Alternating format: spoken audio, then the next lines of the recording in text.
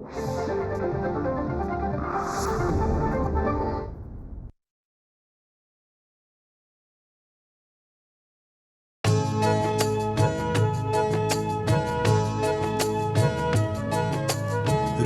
स्पंदन ठेवून नाती नूतन नित्य गुंफते ती.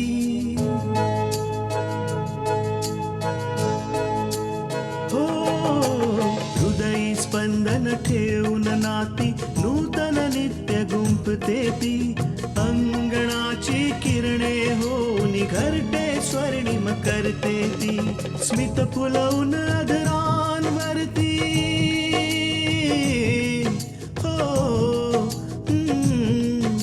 स्मित फुलवून अधरांवरती वेदनेत सुख देते ती.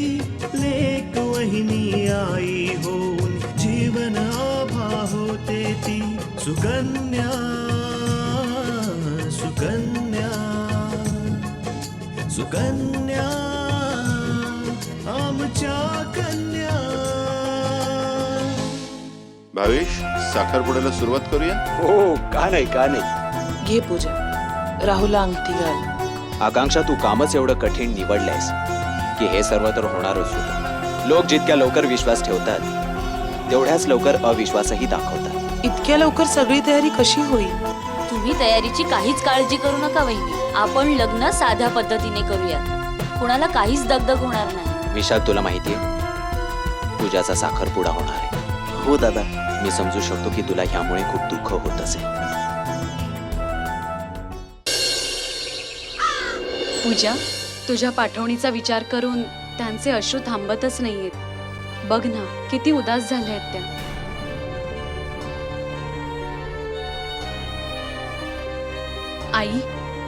आई, तुम्ही ठीक तर आहात ना?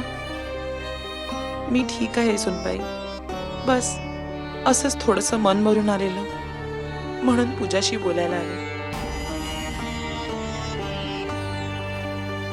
चल, नाहीतर पूजाशी मी अशीच बोलत राहिले ना तर रात्रही कमी पडेल. चल.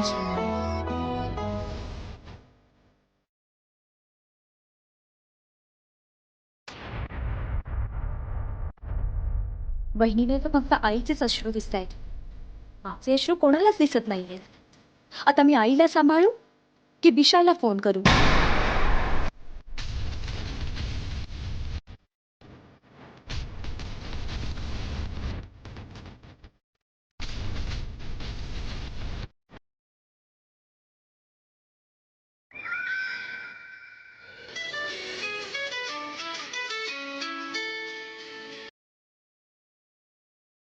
साखरपुडा होतात विसरलीस पूजा?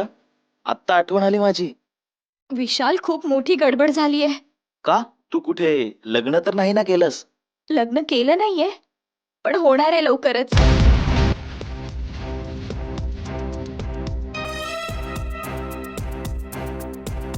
हे का बोलतेस पूजा? विशाल, मी तेच बोलतेय जे खरंय. मुलाकडच्यांना लग्नाची घाई आहे, म्हणून आजपासून 2 दिवसांनी म्हणजे परवा माझं लग्न आहे.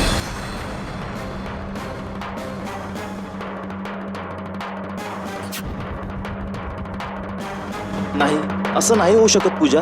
विशाल, जर या 2 दिवसात तुम्ही काही नाही केलं ना तर नक्की असंच होईल. आता आपल्याकडे फक्त 2च मार्ग आहेत. एक तर तुम्ही तुमच्या वडिलांना सगळं खरं सांगून टाका आणि माझं हे लग्न थांबवा, नाहीतर मी माझा जीव देते.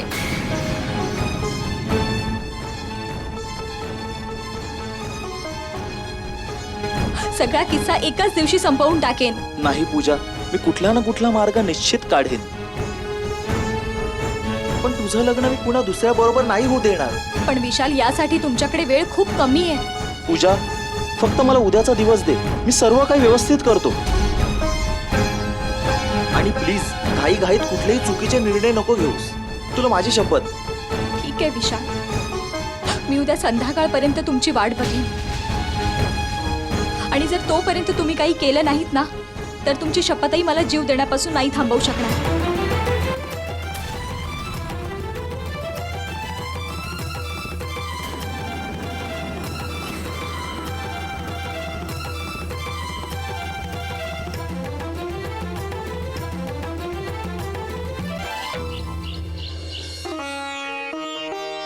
छोट्या मुलांबरोबर पहिला दिवस कसा गेला बाबा?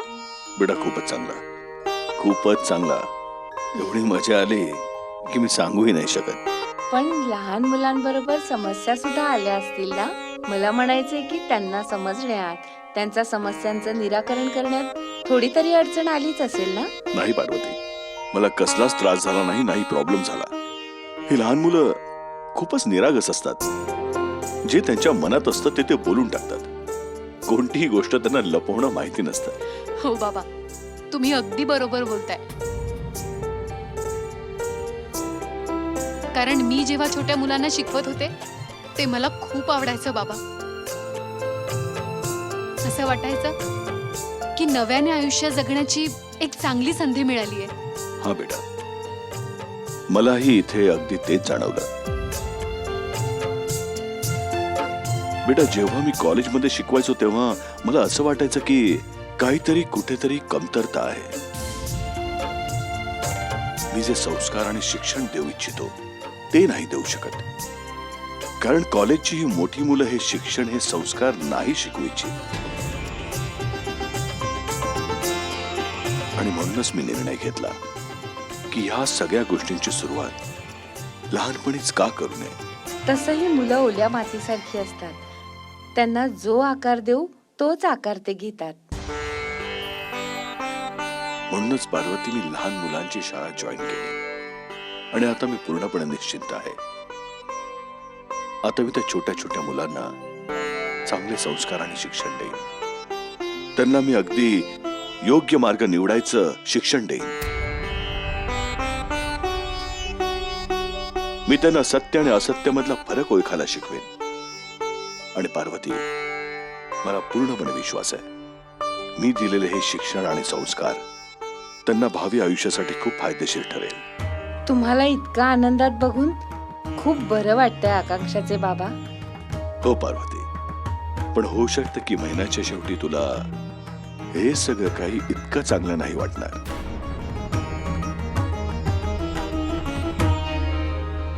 मी काही समजले नाही. पार्वती,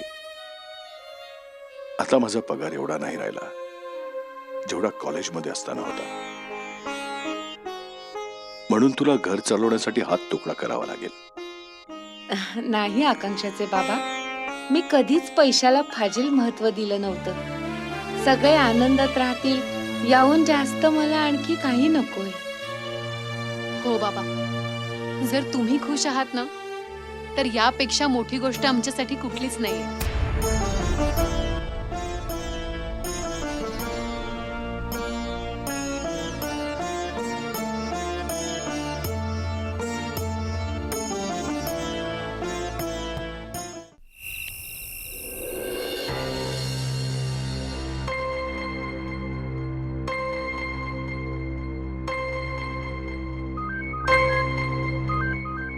विशाल. हॅलो. हॅलो पूजा, हो विशाल, काय विचार केला तुम्ही?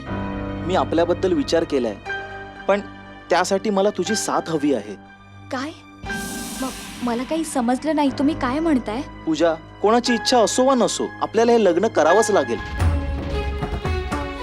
पण त्यासाठी तुला घर सोडावं लागेल. म्हणजे तुम्ही मला पळून जाऊन लग्न करण्याबद्दल सांगताय विशाल? पूजा, याशिवाय आपल्याकडे दुसरा काही मार्ग नाहीये. तुझा दादा आणि माझ्या बाबांच्या भांडणामध्ये हार फक्त आपल्या प्रेमाचीच होईल. आणि तुझा दादा आपल्या लग्नाला तयार होणार नाही. आणि मी माझ्या वडिलांना खूप चांगल्या प्रकारे ओळखतो. ते तुझ्या दादासमोर कधीच नाही झुकणार.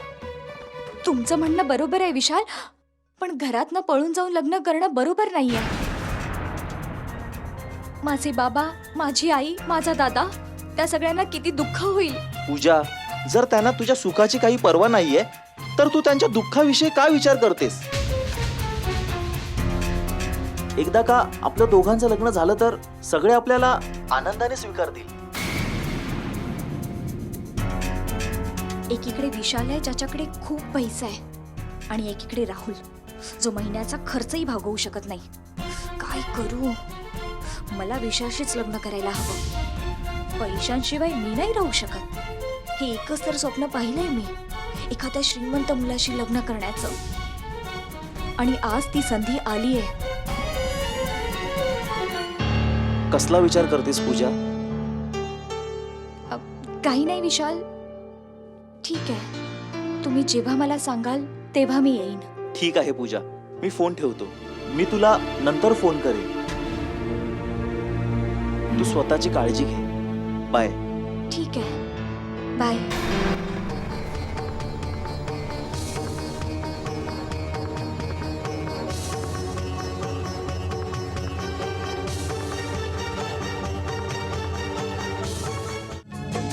सुकन्या आमच्या कन्या.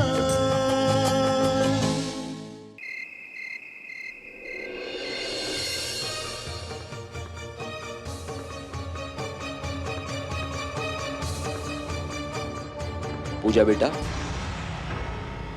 कसली काळजी करतेस? काय विचार करतेस? काही नाही बाबा, बस असंच.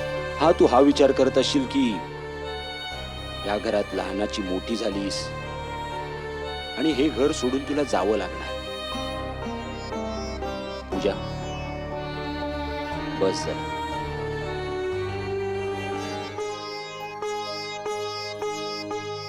अगं, तुला आठवते जेव्हा तू एवढी लहान होतीस तेव्हा मी तुला जत्रा दाखवायला घेऊन जात होतो आणि एकदा जत्रेत तू हरवली होतीस आणि जेव्हा सापडलीस तेव्हा खूप रडत होतीस, खूप घाबरलेली होतीस की तुझे पप्पा कोण जाणे कुठे हरवलेत. आणि मुली, आज तीच भीती मला वाटते. तू उद्या आमच्यापासून दूर निघून जाशील आणि माहित नाही तू तिथे सुखात राहशील की नाही.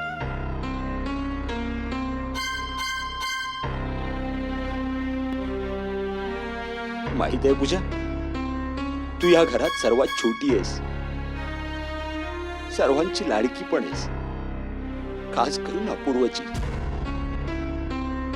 जेव्हा तू खूप छोटी होतीस तेव्हा माझ्या जॉबमुळेच या घरचा खर्च भागत होता आणि आम्ही सर्व तुझे सगळे लाड पुरवण्याच्या मागे असायचो.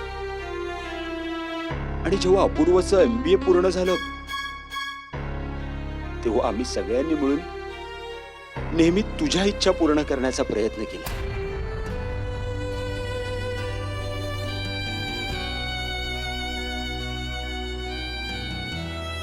उद्या तुझं लग्न होणार आहे.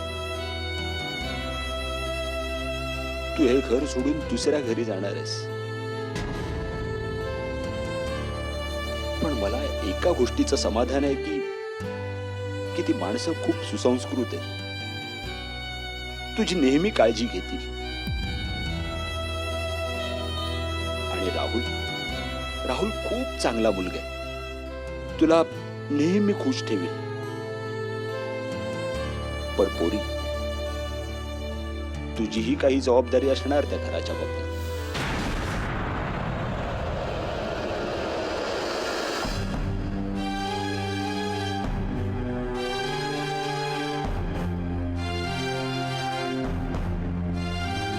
आता तृष्णालाच बघ, ती या घरात येऊन दुधात साखरेसारखी मिसळून गेली. अगदी तसंच आचरण तुझंही असायला हवं.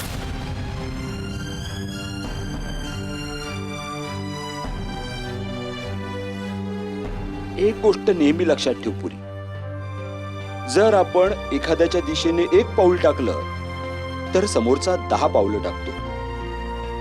पण आपलं एक चुकीचं पाऊल आपल्या सर्व नात्यांची विल्हेवाट लावून टाकतं. ही गोष्ट लक्षात ठेव. हो बाबा. बेटा, तुला तुझ्या पप्पांना काही सांगायचंय? नाही. ठीक आहे मग. खूप रात्र झाले, आता तू जाऊन झोप.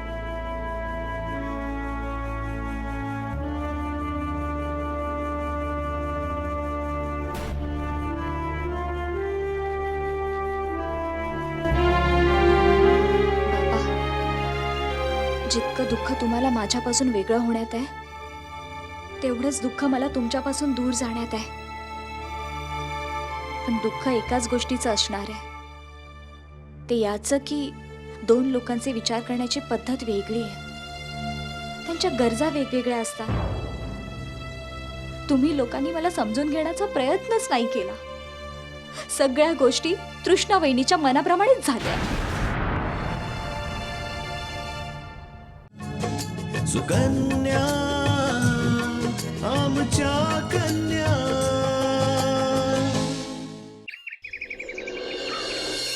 आई, परवा पूजाच्या लग्नाला आपल्याला जावं लागेल. हो, आकांक्षा बोलली मला ती खूप चांगली माणसं आहे आणि मुलगा तर अपूर्व सारखाच आहे. काय झालं ग सुनबाई, कसली चिंता करतेस? आई, चिंता याची वाटते की पूजा तृष्णाची नणंद असल्यामुळे आपल्याला लग्नात काहीतरी चांगला आहेर करावा लागेल. आणि तुम्हाला तर माहिती आहे की सोन्याचे भाव इतके वाढले आहेत की 1 तोळ्याची चेन करण्यासाठी सुद्धा कमीत कमी 25 ते 30 हजार आपल्याला खर्चावे लागतील. आता आकांक्षा ट्युशन्स घेतेय आणि आकांक्षाच्या बाबांना नोकरी मिळाली आहे, त्यामुळे घर खर्चाची काही चिंता नाहीये. पण मी बघते आई. हॅलो. नमस्कार पार्वतीताई, मी कल्याणी बोलते. नमस्कार कल्याणी ताई. कशा आहात तुम्ही? बरी आहे. खूप दिवस बोलणं नव्हतं झालं, विचार केला तुमच्याशी जरा बोलावं. खरं तर आपण सगळे आपापल्या आयुष्यात इतके गुंतलेले आहोत ना की मनात असूनही एकमेकांसाठी वेळ नाही काढू शकत. हो, अगदी बरोबर बोलात तुम्ही. पण तुम्हाला पूजाच्या लग्नाला लवकर यावं लागणार आहे, त्यावेळेला मी तुमचं काही एक ऐकणार नाही.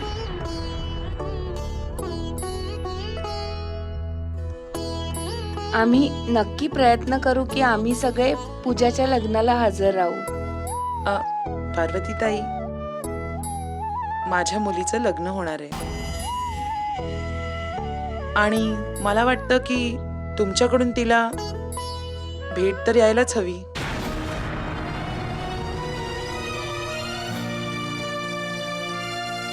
आणि भेट पण अशी की अशी तशी नसावी, अशी असावी की याआधी कोणी कोणाला दिली नसेल.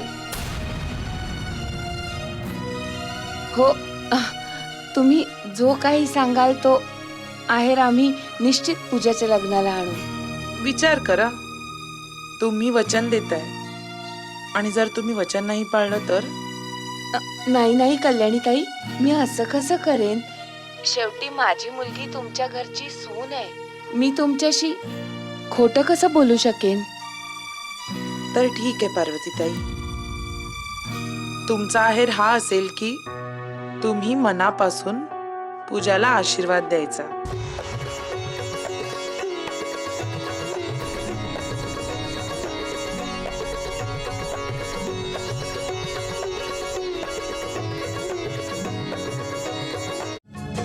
सुकन्या आमच्या कन्या.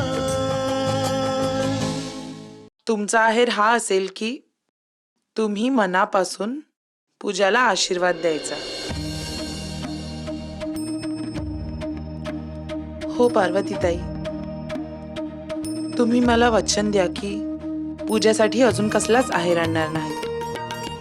तुम्ही फक्त तेच आणायचं ज्याचं तुम्ही मला आता वचन दिलंय.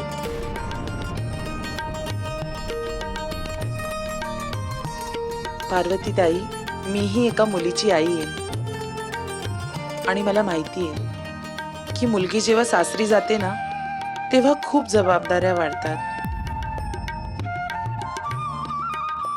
आणि तुमच्या मुलीसाठी तिचं सासर माहेऱ्यासारखंच आहे. म्हणूनच कसल्या औपचारिकतेची गरज नाहीये. तसंही आधीच तुम्ही आम्हाला सुनबाईसारखा हिरा दिलाय, मग अजून कसला आहे? कल्याणीताई, तुम्ही जो आज मान सन्मान आम्हाला दिला आहात तो मी जीवनभर विसरणार नाही.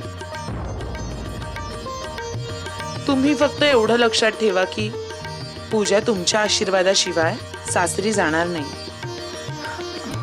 हो, आम्ही पूजाला आशीर्वाद द्यायला वेळेवर उपस्थित राहू. ठीक आहे, आता मी फोन ठेवते. हो. नमस्कार. हो, नमस्कार.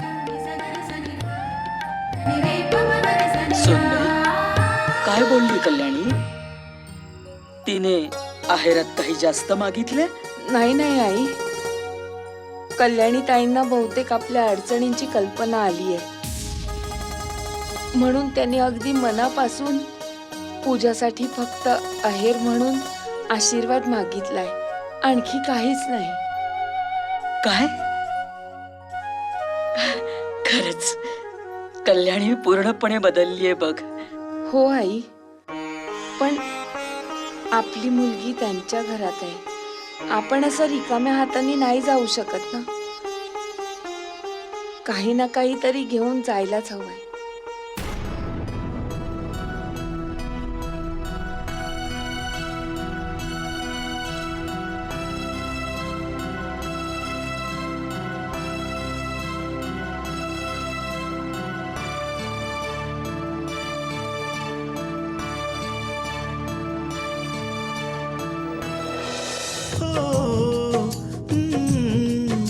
स्मित फुलवून आदरांवरती वेदनेत सुख देते ती लेक वहिनी आई होऊन जीवन आभा होते ती सुकन्या सुकन्या सुकन्या आमच्या कन्या.